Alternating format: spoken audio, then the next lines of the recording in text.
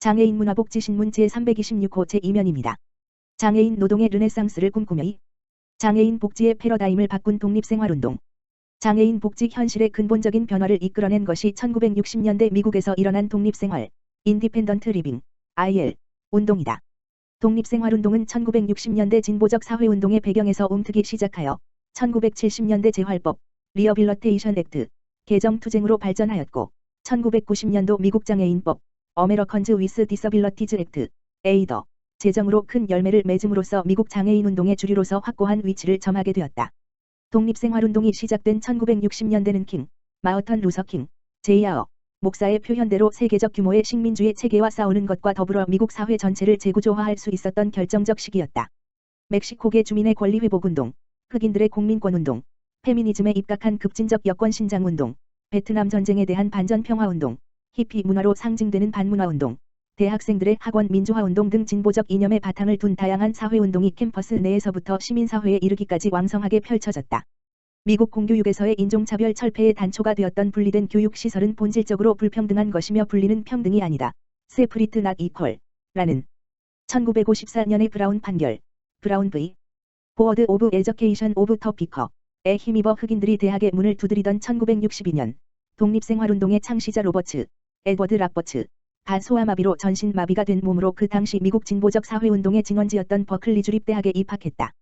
로버츠가 숱한 난관을 이겨내며 정치학 석사과정을 마치고 박사과정에 있던 1967년, 그 당시 사회적 이슈들에 적극적으로 참여하던 12명의 버클리 대학 장애 학생들이 휠체어를 타고 굴러서 다니는 장애인들이란 뜻의 롤링 콰즈즈라는 자조 모임을 만들었다. 그들은 차츰 장애인 문제가 시민권적 문제임을 인식하고 1969년에 장애 학생 독립생활 지원 서비스를 위한 독립생활을 위한 전략, 스트래터지즈 오브 인디펜던트 리빙으로 부르는 모임을 1972년에는 지역사회 장애인들까지 동참할 수 있는 새로운 형태의 서비스 지원 체제로 앞으로 미국 장애인 권익 실현의 중추적 역할을 하게 될 독립생활센터, 센터 포 인디펜던트 리빙, 실을 각각 개설하였다. 버클리 실은 장애인의 생활 영역은 수용시설이 아니고 지역사회이다. 장애인은 치료받는 환자나 보호받는 어린이도 숭배할 하느님도 아니다. 장애인은 복지 서비스의 관리자이다. 장애인은 사회적인 편견 때문에 차별받고 희생되어 왔다라고 주장하며 연방정부로부터 예산을 받아 당사자가 주체가 된 활동 보조 서비스, 주택 서비스, 이동 서비스 등을 내용으로 하는 사업을 펼쳤다. 통합이야말로 가장 핵심되는 말이다. 장애인들도 사회 안으로 들어와야만 한다는 신념으로 로버츠가 시작한 독립생활운동은 단 몇 년 사이에 휴스턴, 보스턴, 뉴욕, 시카고 등 미국 전역의 실을 우후죽순처럼 설립시키며 미국 장애인 복지 체계를 근본에서부터 변혁시켰다. 독립생활운동은 다양한 사회운동과 밀접하게 결합하면서 보다 보편화되고 한층 성숙한 기반을 갖추어 나가게 되었으며 이것은 결국 시민권적 차별금지법인 에이더를 탄생시키는 밑거름이 되었다. 로버츠가 버클리 대학의 장벽을 허문 지 28년 만인 1990년에 제정된 에이더야말로 미국 장애인들의 투쟁의 산물이며 세계 장애인운동사에도 역사적인 이정표라 할 수 있다. 이처럼 독립생활운동은 장애인도 한 인간으로서 인권을 보장받고 시민으로서의 권리를 인정해야 한다는 민권 보장의 정신에서 출발한 것으로 탈의료화, 탈시설화, 정상화, 주류화 등의 다른 장애인 복지 운동들의 이념과 이론은 물론이고 새로운 사회를 꿈꾸며 인간의 존엄성과 자조 독립을 회복하기 위한 공통된 가치를 공유하고 있는 시민권, 시벨 라이츠, 소비자주의, 컨슈머리즘, 자조, 셀프 헬프의 개념 그리고 자기관리, 셀프 케어 등의 시민사회 운동들의 실천적 이념과도 밀접한 관련을 맺으며 전개되었다.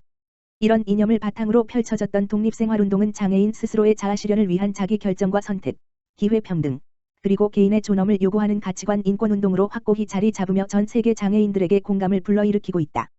우리나라에서도 이러한 독립생활운동이 장애인운동의 중심이 되면서 장애인 당사자들이 직접 나서 인간의 기본적 권리인 이동권, 교육권, 노동권, 문화권 등을 획득하려는 치열한 투쟁을 전개하였다. 그런 과정을 통하여 자본주의의 거대 이데올로기와 정면으로 충돌하면서 장애인 문제가 장애인만의 것이 아니라 사회구조적인 차원의 것임을 인식하고 우리 사회의 소외 계층 약자들과 연대하도록 이끌었으며 이러한 추세의 독립생활운동과 그 실천적 이념이 기폭제 역할을 하였음은 말할 나위도 없다. 독립생활운동은 우리나라 장애인 복지의 코페르니쿠스적 전회와 같은 근본적이고 역동적인 변화를 일으키면서 장애인운동의 스펙트럼을 한없이 확대시키고 광활한 전망의 텃밭을 제공해주고 있다. 신입장애대학생, 킬로바이트 국민은행에게 노트북 받고 캠퍼스 로그인. 한국장애인단체 총연맹, 이하 한국장총. 2kB 신입장애대학생 노트북 지원 사업에 참여할 2022년도 신입장애대학생을 모집한다. 모집 기간은 2월 28일 월요일부터 3월 11일 금요일까지로 한국장총 홈페이지 www.codef.kr 협력앤드나눔 메뉴를 통해 지원할 수 있다. 한 시장조사 전문 업체의 조사 결과에 따르면 이트 제품이 대학생, 중고교생이 입학 및 졸업 선물로 가장 받고 싶은 선물 1위를 차지하였고, 그중 노트북은 스마트폰에 이어 2위를 기록하였다. 최근엔 코로나19 유행으로 강해, 대외 활동, 사적인 모임, 취미생활까지 비대면 방식으로 이루어지면서 노트북은 대학생에게 학업 및 사회 참여에 있어 필수적인 아이템으로 자리 잡았다. 그렇지만 장애인 가구의 월 평균 소득은 199.0만 원으로 전국 가구 소득의 48.4%에 그치고 있으며, 장애 학생은 대학에 입학한 후 적절한 서비스를 받지 못해 수학 능력 부족, 학업 부적응, 중도 탈락 등의 어려움을 경험하고 있는 것으로 나타났다. 따라서 장애대 학생의 학습 환경 개선을 통한 학습권 보장을 위해서 신입 장애대 학생 노트북 지원 사업은 반드시 필요한 상황이다. 킬로바이트 국민은행과 한국장총은 장애대 학생의 경제적 부담을 덜고 학업 및 다양한 활동에 참여를 증진하기 위해 2009년부터 킬로바이트 신입 장애대 학생 노트북 지원 사업을 진행해왔다. 13년간 1,599명에게 총 18억 5천만 원 상당의 노트북과 디지털 기기를 지원하였으며 2022년에도 약 130명의 신입 장애대 학생에게 노트북을 선물하여 장애 청년의 새로운 출발을 응원할 계획이다. 2022년도 지방장애인 기능경기대회 참가 원서 접수 시작.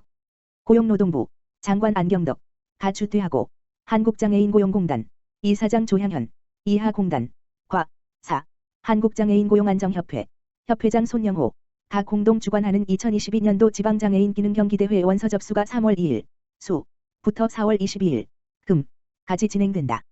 2022년도 지방장애인 기능경기대회는 6월 29일 수부터 7월 1일 금까지 3일간 전국 17개 시도에서 총 29개 직종을 대상으로 개최될 예정이다.